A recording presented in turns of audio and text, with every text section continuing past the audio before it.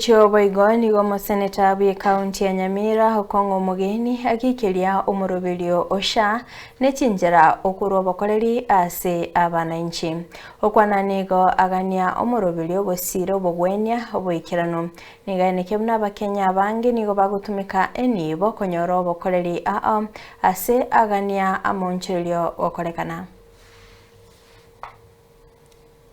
Sure. Is supposed to meet the medical needs of Kenyans. When I go to a hospital with a share card, what I expect as a speaker is that my medical expenses will be met by the share card, Mr. Speaker. So if I go to hospital and if you calculate 1.34, that's about 10%. You cannot pay 10% of my bill and then you cheat us that share is not working. That's the point I'm making. Expert treatment. And Mr. Speaker, when some of us come to this house and say that SHA is not working, it's because of the personal experiences we have gone through.